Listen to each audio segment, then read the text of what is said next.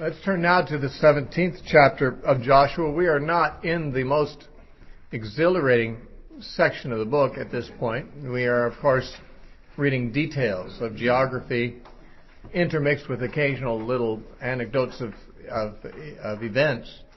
But for the most part, we're reading about how the land was divided among the 9.5 tribes that remained to receive their inheritance on the western side of the Jordan.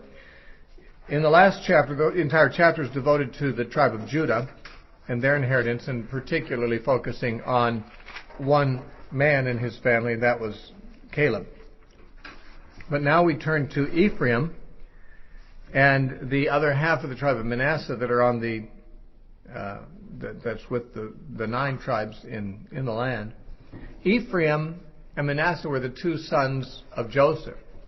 That's why they're mentioned together so frequently. The tribe of Joseph was divided into 2 tribes, Manasseh and Ephraim. Of the two, Ephraim became much more considerable, much more influential, much more powerful and big. Though Ephraim had parts of its tribe on either side of the Jordan, even combined, they were much smaller than Ephraim, and in later times, the northern confederacy of tribes that broke off from Rehoboam were sometimes even called Ephraim as a nation, because it was so much the most significant and dominant tribe of that coalition. Just as the southern kingdom was made up of Judah and Benjamin, but the kingdom was called Judah because Judah was so much more prominent than Benjamin. So Ephraim. We're going to read about Manasseh and Ephraim together here because of them both being descended from Joseph. The lot fell to the children of Joseph from the Jordan by Jericho to the waters of Jericho on the east, to the wilderness that goes up from Jericho through the mountains to Bethel. Then went out from Bethel to Luz. Now this is a strange statement because in Genesis we're told that Luz was the ancient name of Bethel, and that Bethel came to be renamed as Bethel instead of Luz as a consequence of Jacob having his dream there and declaring when he woke up that this is the house of God. Bethel means house of God. And we're told repeatedly in the book of Genesis that Bethel formerly had been called Luz. So it's not clear exactly what it means from Bethel to Luz. There are, in the Septuagint, it says they went out to Bethel to Luz. And maybe then Luz would be explanatory of what it means to Bethel. So the Septuagint reads a little differently. It's not all that important, but it's just a confusing point. The border passed along the border of the Arkites and Ataroth, or at Ataroth, and went down westward to the boundary of the Japhletites, as far as the boundary of Lower Beth Horon to Gezer, and it ended at the sea. So the children of Joseph, Manasseh, and Ephraim took their inheritance. Now, with reference to Ephraim in particular, it says the border of the children of Ephraim, according to their families, was thus: the border of their inheritance on the east side, was Ataroth Adar, as far as the upper Beth Horon, and the border went out toward the sea on the north side of Mishmethath, or Mikmethath, or whatever. Then the border went around eastward to Taanath Shiloh, and passed by it on the east of Janohah. Then it went down from Janohah to Ataroth and Nearah, reached to Jericho, and came out at Jordan. The border went out from Tappuah westward to the brook Kenah, and it ended at the sea. This was the inheritance of the tribe of the children of Ephraim according to their families. The separate cities for the children of Ephraim were among the inheritance of the children of Manasseh, all the cities and their villages. So apparently the Manassites who were not on the other side of the Jordan, the ones who came across, simply got separate cities from Ephraim in the same general territory. It says, and they did not drive out the Canaanites who dwelt in Gezer, but the Canaanites dwell among the Ephraimites to this day and have become forced laborers. Now, just like the Gibeonites had become forced laborers, The Canaanites who were not driven out were, but there's a difference. The Gibeonites were under a covenantal agreement to be, in a sense, confederates of Israel, and there's a covenantal bond there. That gave the Gibeonites, no doubt, a somewhat higher privilege than the Canaanites, who were not under contract, but who were just resistant. And the people of Ephraim gave up on driving them out, so they made them serve them instead. And then we have the other half of the tribe of Manasseh. We sure read a lot about Manasseh, it seems like. Chapter 17, there was also the lot for the tribe of Manasseh, for he was the firstborn of Joseph, namely from Machir, the firstborn of Manasseh, the father of Gilead, because he was a man of war. Therefore he was given Gilead and Bashan, which is, of course, we've read many times already, on the other side. And there was a lot for the rest of the children of Manasseh, according to their families, for the children of Abiezer, the children of Helek, the children of Asriel, the children of Shechem, the children of Hepher, and the children of Shemidah.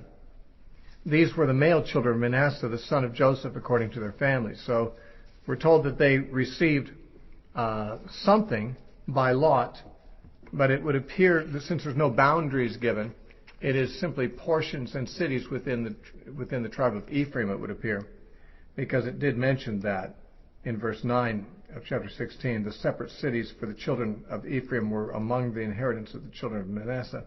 Or maybe it's the other way around. I said the Manasseh cities were in Ephraim. Maybe it's Ephraim had some cities in Manasseh.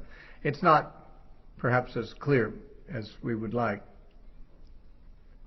Now verse 3, but Zelophehad, the son of Hepher, the son of Gilead, the son of Machir, the son of Manasseh, had no sons, but only daughters. And these are the names of the daughters: Mahlah, Noah, Hoglah, Milcah, and Tirzah. Now, there's been mention of these girls in previous discussions, back in chapter 27 of Numbers, and again in chapter 36 of Numbers. Twice these women have come up for consideration, because they were apparently the only family in Israel that had no sons, which is strange. I mean, of course, having sons was very important, because that's who you'd leave your inheritance to. And you say, well, why wouldn't you leave it to your daughters? Well, you could, but that'd be the end of your inheritance, because your daughters are almost certainly going to marry, and then their husbands would have the inheritance that was their wives. And so this became a problem. How does man leave his inheritance when his daughters will certainly marry into other families, and he has no sons to take over his? And it was decided that the daughters of Zelophehad could inherit their father's property, but they had to marry men of the same tribe, so that the property didn't go outside the tribe of Manasseh. That was decided back in Numbers. And it says in verse 4, and they came near before Eleazar the priest, before Joshua the son of Nun, and before the rulers, saying, the Lord commanded Moses to give us an inheritance among our brothers. Therefore, according to the commandment of the Lord, he gave them an inheritance among their father's brothers. 10 portions fell to Manasseh, besides the land of Gilead and Bashan, which were on the other side of Jordan, because the daughters of Manasseh received an inheritance among his sons, and the rest of Manasseh's sons had the land of Gilead. And the territory of Manasseh was from Asher to Mishmetheth, that lies east of Shechem, and the border went along the south to the inhabitants of El and Tappuah. Now, the mention of Asher, of course, is the tribe of Asher. We're also going to see the tribe of Issachar is mentioned in verse 10, and we're told that Ephraim's and Manasseh's territory was adjoining Asher on the north and Issachar on the east. Now, we have not yet read of where Asher and Issachar's tribal boundaries were. That comes up later on, so it's anticipating the later way things were structured. For later readers, they'd know that where Asher and Issachar ended up, but have not yet, at this point in the story, received their territory. It was bordering Manasseh. And in Issachar, verse 11, and Asher, Manasseh had Beth Shean and its towns, Ibleam and its towns, the inhabitants of Dor and its towns, the inhabitants of Endor. Of course, there was a witch there that became prominent later on in the time of Saul, and its towns, and inhabitants of Taanach and its towns, and the inhabitants of Megiddo and its towns, 3 hilly regions. Megiddo, of course, is the town after which the word Armageddon is named. Armageddon in Hebrew means, or Aramaic or whatever, it means the mountain of Megiddo.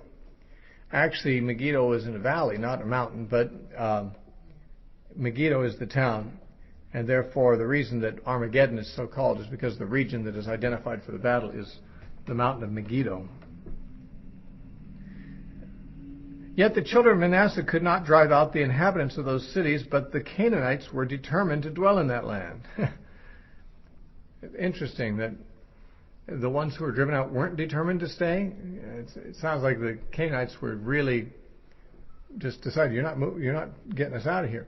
Now, why was it that we find that the children of Israel were unable so often to drive out the enemies when God said He would drive them out before them? God said He would give them the land to those people, give them victory. Why didn't they take the land? Why couldn't they? Now, we're going to find later on, in some cases, we're told that they couldn't drive people out because they had iron chariots. On the other hand, there were some who did drive out the Canaanites who had iron chariots. But the whole issue of, they couldn't take the land. Well, was God unable to defeat iron chariots, or what was the problem? And I think although we're not told, we probably get something of an answer to that when we look at a couple of passages in the Gospels in Matthew 13, for example. The very last verse in Matthew 13.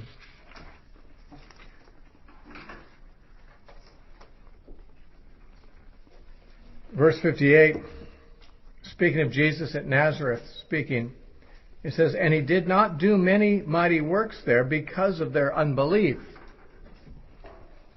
Now, it specifically says Jesus did not do many mighty works there because of their unbelief, but the parallel statement in Mark chapter 6 and verse 5, Mark 6:5 says, "Now Jesus could do no mighty work there, except that He laid His hands on a few sick people and healed them, and He marveled because of their unbelief." So, when He came to Nazareth, depending on which story you read, it says He could not or would not. He did not do many mighty works there because of their unbelief, and the other one says He could not do many mighty works there. God was limited, Jesus was limited by their unbelief. He could do a little bit, but their belief level was so low that it prevented Him from doing more. And I think that's when we find that God's people couldn't drive out the people, though God said He'd do it for them. It must be because of their unbelief. They probably became complacent once the land was more or less settled. There were Canaanites nearby that needed to be driven out, but these Jews had found, consolation in being able to rest from their wandering and move into the houses that were there still standing and farm, and they probably didn't have a taste for going to war anymore. So instead of continuing to trust God to give them total victory, they compromised with the Canaanites nearby and did not have the faith or the determination that the Canaanites had to drive them out. It's interesting, it says the Canaanites, in Joshua 17:12, the Canaanites were determined to dwell in the land. Apparently, the people of Ephraim or Manasseh were not determined to drive them out.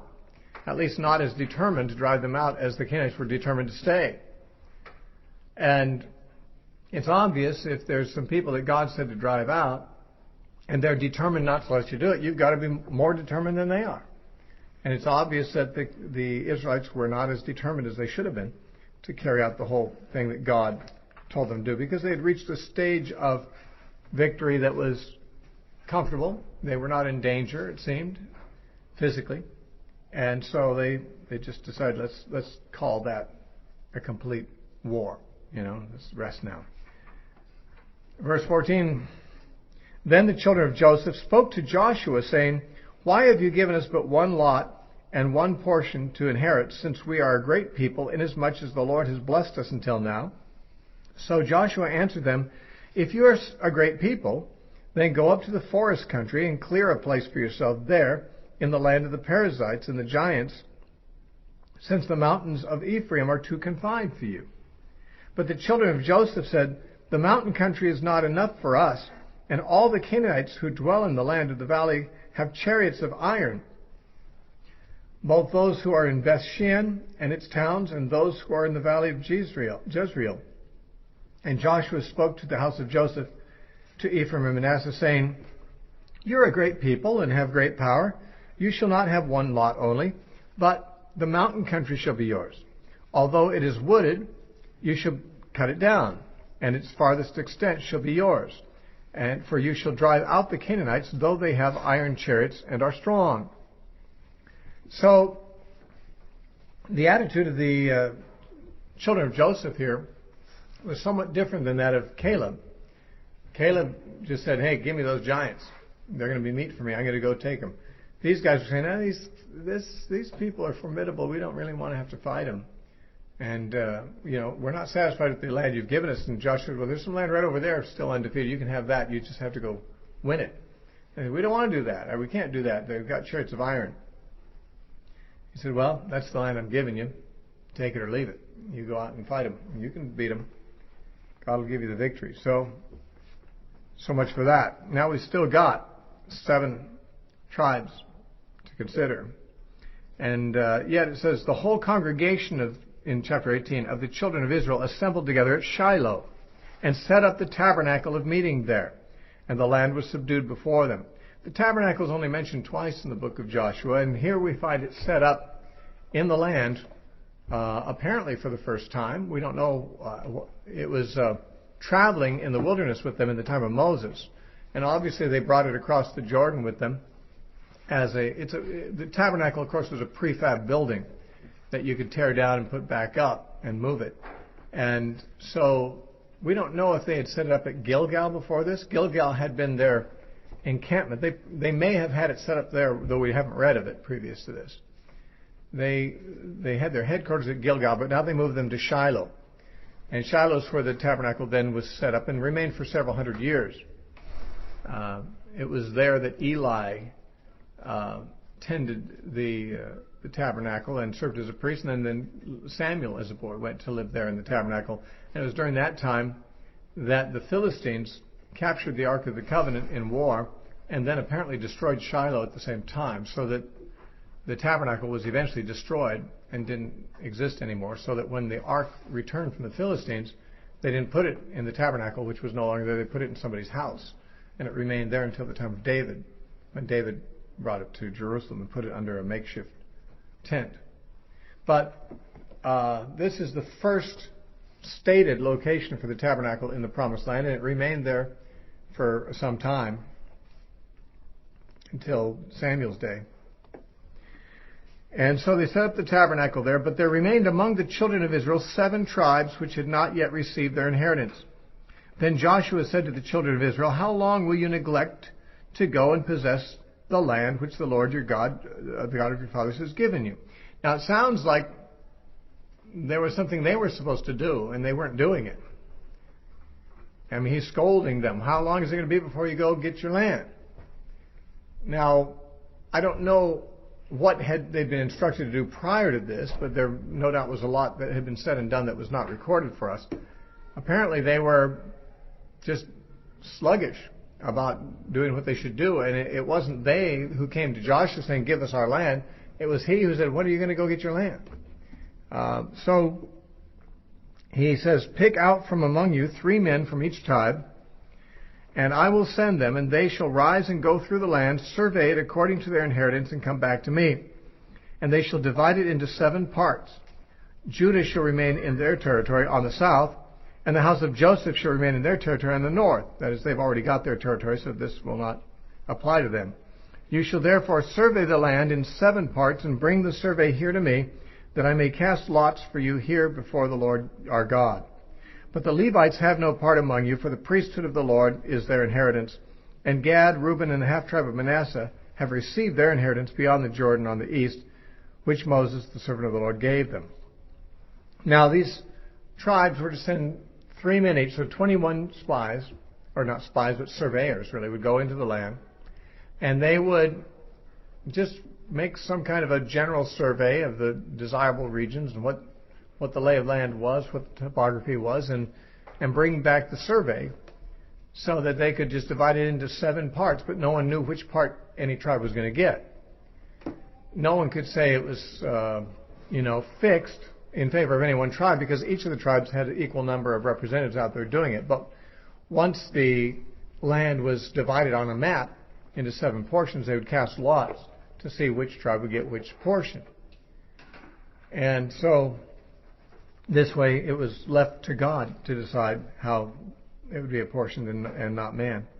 And no one could complain that any favoritism had been shown on Joshua's part about giving the best land to anyone in particular. No one could complain except to God. So, verse 8, then the men arose to go away, and Joshua charged those who went to survey the land, saying, go, walk through the land, survey it, and come back to me, that I may cast lots for you before the Lord in Shiloh here. So the men went, passed through the land, and wrote the survey in a book in 7 parts by cities. And they came to Joshua at the camp in Shiloh. Then Joshua cast lots for them in Shiloh before the Lord, and there Joshua divided the land to the children of Israel according to their divisions. And of course, immediately the next chapter and more discusses those 7 apportionments.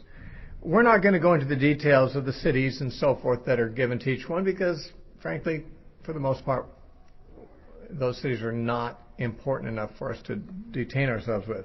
But suffice it to say that the tribal regions were determined by God by the casting of lot. And the Bible does say that the lot is cast into the lap, but its every decision is from the Lord in Proverbs 16:32. So God made his will known through the casting of the lots. We know that he did so again when Jonah was aboard the ship and the sailors cast lots to see who was responsible for the storm. And the lot fell on Jonah. And the apostles had such confidence in this method of divining the will of God that they picked 2 candidates to fill the position left by Judas. And they picked between those candidates by the casting of lots. So they recognized God as sovereignly working through this means. And so the land of Benjamin is described in verses 11 to the end of this chapter. Small tribe. They bordered on Judah. And like I say, they shared Jerusalem with Judah. Jerusalem was on the border, although neither of them could actually conquer Jerusalem for the longest time, but it was in their territory.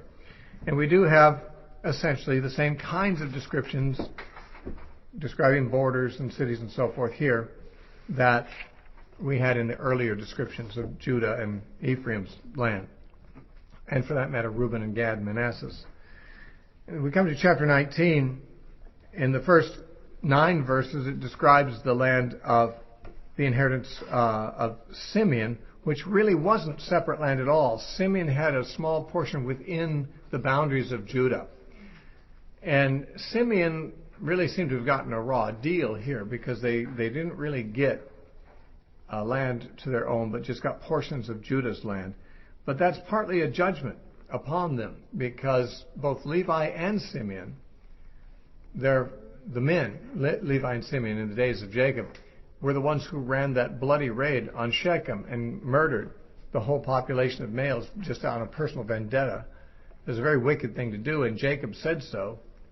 He didn't discipline them as severely as he should have, but he did say that they will be dispersed in Israel. They will really not have an inheritance. We've all been reading again and again, Levi did not have an inheritance of land, but that's because they kind of redeemed themselves later on in the days of Moses by taking God's side in the incident of the golden calf. And because Levi took God's side in that case, he promised that they would be the priests, and therefore, although they don't get land inheritance, they have a privilege to be serving God. Simeon didn't redeem themselves at any time, so they're still kind of under the curse from that bloody act that they did in the days of Jacob. And so they get a very tiny inheritance, and it's only a little portion of what's in Judah's boundaries. Then verses 10 through 16 talk about the region given to Zebulun, and number of cities are mentioned here. Not that we need to go bother ourselves with their list. The land of Issachar in chapter 19, verses 17 through 23. Similarly, the land of Asher's boundaries and cities and so forth are mentioned in verses 24 through 31. Then from 32 through 39, you have the land given to Naphtali, and then finally the land given to the tribe of Dan in verses 40 through 48. And this section ends by talking about Joshua's own inheritance. Now, he was of the tribe of Ephraim, but he kind of put his own interests last. He's the one dividing up all the land. He makes sure everybody has their portion before he takes his. And although Ephraim received a portion earlier on, he of that tribe did not define his own land or his own inheritance until after all the other tribes had been served. And in verse 49 it says, when they had made an end to dividing the land as an inheritance according to their borders, the children of Israel gave an inheritance among them to Joshua the son of Nun. According to the word of the Lord, they gave him a city which he asked for, Timnath-Serah, in the mountains of Ephraim. And he built the city and dwelt in it. These were the inheritances which Eleazar the priest, Joshua the son of Nun, and the heads of the fathers of the tribes of the children of Israel divided as an inheritance by lot in Shiloh before the Lord, at the door of the tabernacle of meeting. So they made an end of dividing the country. Now, everything's divided up, but we still have to identify cities of refuge and cities of the Levites. The Levites are going to get a certain number of cities, and the cities of refuge are a certain number that have to be taken out. There's going to be 3 cities of refuge on each side of the Jordan, and what they are for and so forth, of course, is described here again. There have been a number of times in the Pentateuch, which we have not studied here together in this session, but that give the same information pretty much. Only this time we get the names of all 6 cities. In Moses' day, 3 cities of them on the east side of Jordan were identified, but now, of course, that the west has been conquered, they can now identify the 3 cities on the west as well. Chapter 20. The Lord also spoke to Joshua, saying, speak to the children of Israel, saying, appoint for yourselves cities of refuge, of which I spoke to you through Moses, that the slayer who kills any person accidentally or unintentionally may flee there. And they shall be your refuge from the Avenger of Blood. Now, the Avenger of Blood was, generally speaking, the next of kin of the deceased. This is before they had regular police forces and, jails and things like that. There was just kind of an understanding. You get killed, your brother comes and avenges you on the murderer. That is if you're murdered. So the idea is that if a man murders somebody, he should be put to death, and the appointed executioner is assumed to be his next of kin, his brother or the nearest relative that can do this for him, to avenge him. But if the death was accidental, the Avenger of Blood might still want to avenge the death. He might even question whether it was accidental. In the law, there's even an example given of, an example would be if a man's swinging an axe and the axe head flies off the handle and accidentally hits another guy and kills him. Well, that's obviously unintentional. That's involuntary manslaughter. Now, it did involve the killing of an innocent person, therefore there was guilt for it. But because it was unintentional, it was not considered to be worthy of death. So the unintentional killer, to avoid himself being killed by the Avenger of Blood of the victim, could flee to a city of refuge. And these cities were located in the north and the south and the middle section of each of the districts on the east and the west side of the Jordan, so that in general anyone could get to one without too much difficulty. And so if a man accidentally found that he'd accidentally killed somebody, he would have to flee to the city of refuge, and there apparently there would be a court to hear his case. And it was, if he proved to be guilty, if the court there decided he was guilty, they'd throw him out of the city of refuge, and then he could be killed by the Avenger of Blood. But if he was considered to be innocent, he had to stay in the city of refuge, and the Avenger of Blood was not allowed to come and get him there. He'd have to live the rest of his life in that city, or the rest of the high priest's life. The death of the high priest would also end his tenure there, and he could leave, and then the Avenger of Blood could not kill him. If he did, then the Avenger would be a murderer, and then he'd have to die. So this is how these unintentional murders were treated. It's interesting that though it's completely unintentional, he's still restricted to the city of Refuge. But he is released at the time of the high priest's death, perhaps intended to be a picture of Christ's death, our high priest being that which frees us from our confinement or our bondage because of our guilt, of our sin. Not sure if that's what's intended, but it seems very possible. So, he said, appoint for yourselves cities of refuge. Verse 3, that the slayer who kills any person accidentally, unintentionally, may flee there. And they shall be your refuge from the Avenger of Blood. And when he flees to one of those cities and stands at the entrance of the gate of the city and declares his case in the hearing of the elders of that city, they shall take him into the city as one of them and give him a place that he may dwell among them. If the Avenger of Blood pursues him, they shall not deliver the slayer into his hand, because he struck his neighbor unintentionally, but did not hate him beforehand. So it's actually the hatred factor. I guess the question is, was it a hate crime? Distinction between a hate crime and a non-hate crime. But see, Jesus said, if you're angry at your brother without a cause, it's comparable in some ways to murder. And it says in 1 John that he that hates his brother is a murderer. So it's what's in the heart very much that God's looking at. And a person who didn't hate his brother and didn't intend to kill him, even though he sheds his blood, it can't be overlooked, but he's not guilty at the same level. So it says, and he shall dwell in that city until he stands before the congregation for judgment, and until the death of the one who is the high priest in those days. Then the slayer may return and come to his own city, in his own house, to the city from which he fled. So they appointed Kadesh in Galilee, in the mountains of Naphtali, Shechem in the mountains of Ephraim, and Kirjath Arba, which is Hebron, in the mountains of Judah. So, of course, Galilee is in the north, or the Galilee, as the Jews call it, and Kadesh is in the middle part there, in the region of Ephraim, and then in the south there's Hebron, in the land of Judah. And on the other side of the Jordan, by Jericho eastward, they assigned Bezer in the wilderness of the plain, from the tribe of Reuben, Ramoth in Gilead, from the tribe of Gad, and Golan in Bashan, from the tribe of Manasseh. These were the cities appointed for all the children of Israel, and for the stranger who sojourned among them, that whoever killed any person accidentally might flee there and not die by the hand of the Avenger of Blood until he stood before the congregation. So he'd get a fair trial, and if he was innocent, he stayed there until the death of the high priest or his own death. But if the high priest happened to die before he did, he was free to go and would suffer no harm. Now, here in this next chapter 20, we have a list, really, of the cities of the Levites. And there were a lot of them.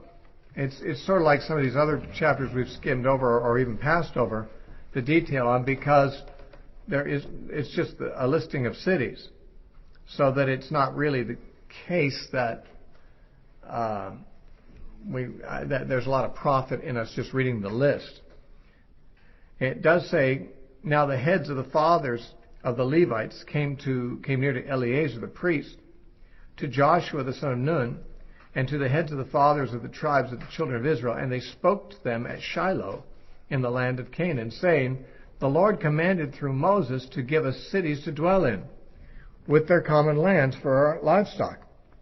So the children of Israel gave to the Levites from their inheritance at the commandment of the Lord these cities and their common lands.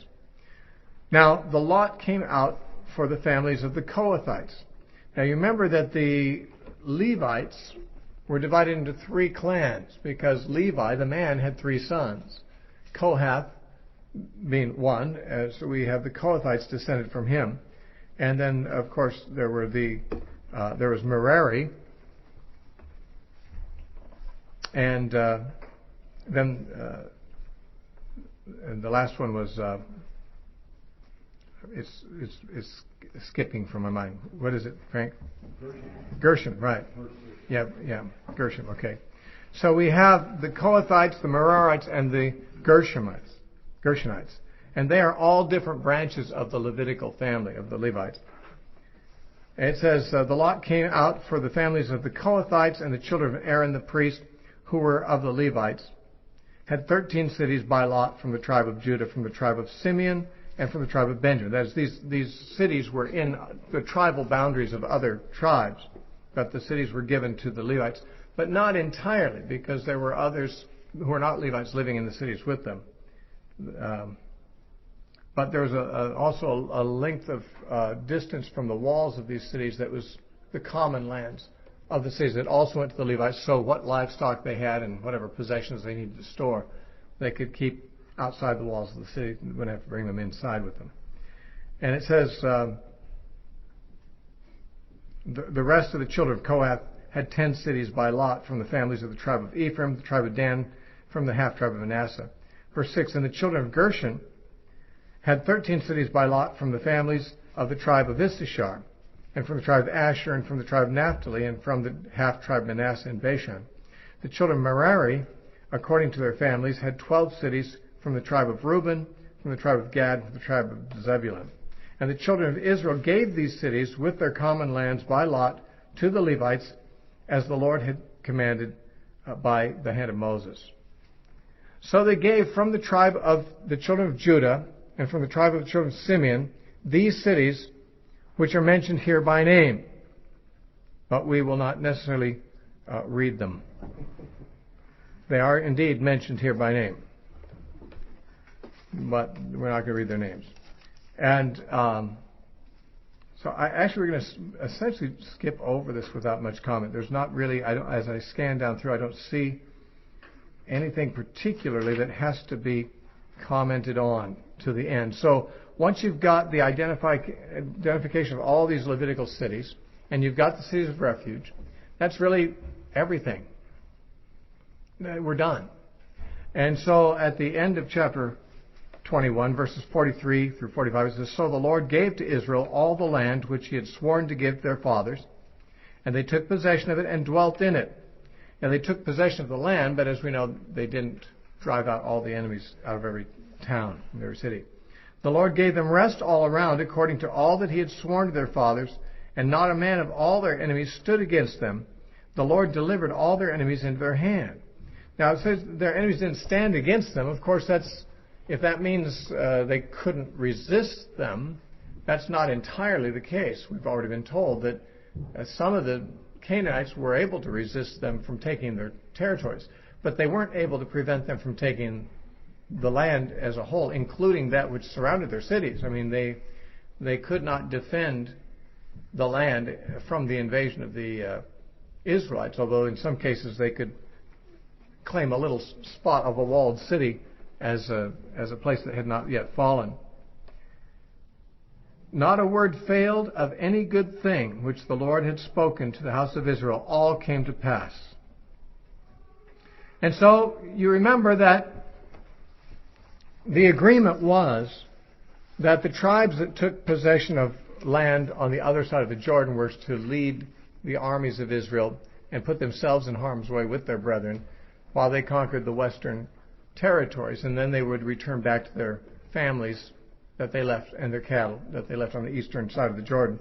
And thus we read about their return now, which their return is going to be the occasion of a story in this next chapter that causes a bit of conflict, actually a bit of a crisis, but it is solved without a fight, fortunately.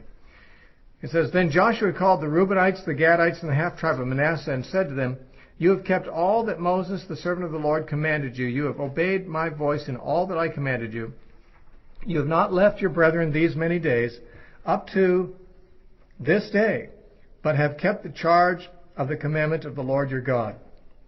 And now the Lord your God has given rest to your brethren as he promised them. Now therefore return and go to your tents and to the land of your possession, which Moses, the servant of the Lord, gave you on the other side of the Jordan. But take diligent heed to do the commandment and the law of the Lord, of which Moses, the servant of the Lord, commanded you, to love the Lord your God and to walk in all his ways, to keep his commandments, to hold fast to him, and to serve him with all your heart, with all your soul. So Joshua blessed them and sent them away, and they went to their tents. Now, to half the tribe of Manasseh, Moses had given a possession in Bashan, but to the other half of it, Joshua gave a possession among the brethren on this side of the Jordan, westward. And indeed, when Joshua sent them away to their tents, he blessed them and spoke to them, saying, return with much riches to your tents, with very much livestock, with silver, with gold, with bronze, with iron, and with very much clothing. Divide the spoil of your enemies with your brethren. So the children of Reuben, the children of Gad, and the half-tribe of Manasseh returned, or I should say half the tribe of Manasseh returned, and departed from the children of Israel at Shiloh, which is in the land of Canaan, to go to the country of Gilead, to the land of their possession, which they possessed according to the word of the Lord by the hand of Moses. Now, okay, they've gone back to their families, but now they set up an altar which causes problems, friction. It says, and when they came to the region of the Jordan, which is in the land of Canaan, the children of Reuben, the children of Gad, and the half-tribe of Manasseh built an altar there by the Jordan, a great impressive altar. Now, it's unclear. It seems like they would have built this altar in their own territory on the east of the Jordan, but it says they built it apparently before they crossed the Jordan, before they left, on the west of the Jordan, in the land of Canaan. They built an altar. And this caused some controversy. Why they built it there instead of on the other side where they lived, we don't know. And the children of Israel didn't even know why they built an altar at all, since they're supposed to come and offer their sacrifices in Shiloh at the Tabernacle and not on makeshift altars of their own choosing. This is what caused the problem. Now the children of Israel heard someone say, behold, the children of Reuben, the children of Gad, and the half-tribe of Manasseh have built an altar on the frontier of the land of Canaan, in the region of the Jordan, on the side occupied by the children of Israel. And when the children of Israel heard of it, the whole congregation of the children of Israel gathered together at Shiloh to go to war against them. Then the children of Israel sent Phinehas, the son of Eleazar, the priest, and the children of Reuben, to the children of Gad, and to half the tribe of Manasseh, into the land of Gilead, and with him 10 rulers, 1 ruler each, from the chief house of every tribe of Israel, and each one was the head of the house of his father among the divisions of Israel.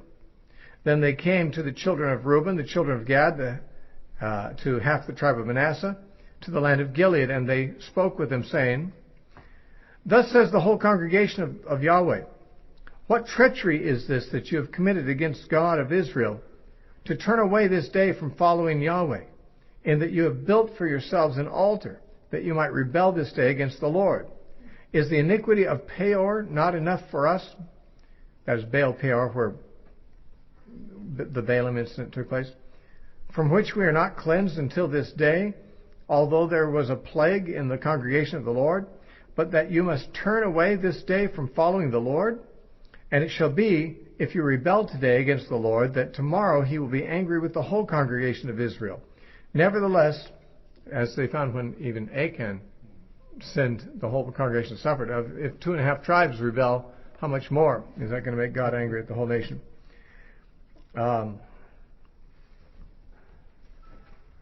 Nevertheless, if the land of your possession is unclean, then cross over to the land of the possession of the Lord, where the Lord's tabernacle stands, and take possession among us.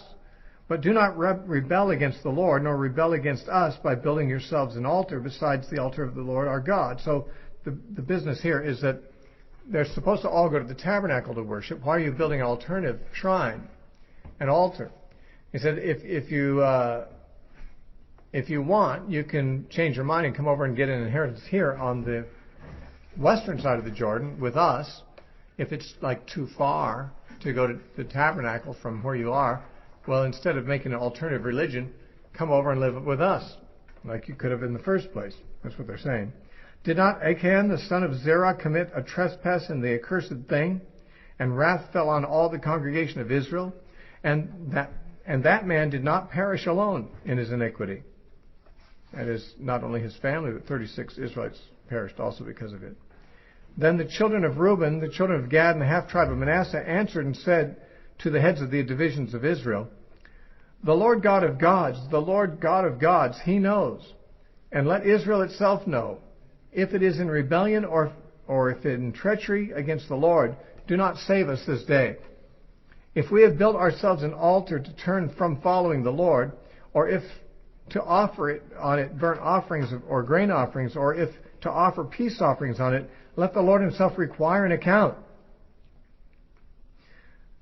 Now, what they're saying is we didn't actually plan to use this altar. This was just kind of a memorial. We know we're not allowed to offer sacrifice anywhere at the tabernacle. We never intended to.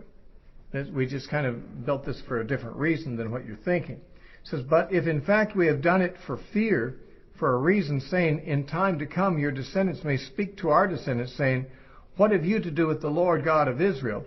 For the Lord has made the Jordan a border between you and us. You children of Reuben and children of Gad, you have no part in the Lord. So your descendants would make our descendants cease from fearing the Lord. Therefore we said, let us now prepare to build ourselves an altar, not for burnt offering or sacrifice, but that it may be a witness between you and us and our generations after us, that we may perform the service of the Lord before Him with our burnt offerings, which are sacrifices, and our peace offerings, with our burnt offerings, with our sacrifices, our peace offerings, that your descendants may not say to our descendants in time to come, you have no part in the Lord. Therefore we said that it will be, when they say this to us or to our generations in time to come, that we may say, here is the replica of the altar of the Lord which our fathers made, though not for burnt offerings, nor for sacrifices, but for a witness between you and us. Far be it from us that we should rebel against the Lord and turn from following the Lord this day, to build an altar for burnt offerings, for grain offerings, and for sacrifices besides the altar of the Lord our God, which is before His tabernacle. So it's a good thing that instead of making war with these guys, they sent over a delegation to ask first. It was a misunderstanding. It was probably ill-advised for these guys to build an altar without explaining their intentions. Obviously, when you build an altar in those days, it usually was intended to be used for sacrifices, and it was reasonable enough for the tribes on the west to assume that this was intended to be an alternative altar to that in Shiloh. But it turns out it wasn't. It's kind of a dumb idea in a way. I mean, at least they didn't. The 2.5 tribes that did this were not thinking very well or weren't communicating very well. But in any case, where a war could have occurred, it was averted by at least communication, getting the story straight. And so, when Phinehas the priest and the rulers of the congregation, the heads of the divisions of Israel who were with him, heard the words that the children of Reuben, the children of Gad, and the children of Manasseh spoke, it pleased them. Then Phinehas the son of Eleazar the priest said to the children of Reuben, the children of Gad, and the children of Manasseh, this day we perceive that the Lord is among us, because you have not committed this treachery against the Lord. Now you have delivered the children of Israel out of the hand of the Lord. That is, they won't have to be judged by God. And Phinehas the son of Eleazar the priest and the rulers returned from the children of Reuben and children of Gad from the land of Gilead to the land of Canaan to the children of Israel and brought back word to them. So the thing pleased the children of Israel, and the children of Israel blessed God. They spoke no more of going to war against them in battle, or going against them in battle, to destroy the land where the children of Reuben and Gad dwelt. And the children of Reuben and the children of Gad called the altar Witness, for it is a witness between us that the Lord is God. So apparently the reasoning of these people was that the Jordan River, creating a natural boundary, would tend to make later generations think of those on the east and those on the west as not the same nation. And since those on the west were certainly the majority of Israel, and they had the tabernacle there, they would assume that the western tribes were the ones who were really worshiping Yahweh, and that those who were separated by the river must be pagans of a sort. And so they built this altar there on the shore in order to be a witness that they still had their foot in the territory. They built it in Canaan before they went home to the other side, but it was their altar. It was their project. They constructed it as a witness to their involvement in the same religion, in the same God as the one that was on the west side. So that's what they apparently intended that altar to communicate, though it obviously would not communicate that without an explanation. And so, fortunately, they had a chance to give an explanation before they got another war on their hands. Well, the last two chapters of Joshua we'll take tomorrow. They are Joshua's parting addresses, just as the Pentateuch ends with Moses making some final speeches in which he reminds them of their history and exhorts them to be faithful to the Lord in the future. So Joshua ends the same way, with him making speeches of a similar sort. But we'll save those for next time.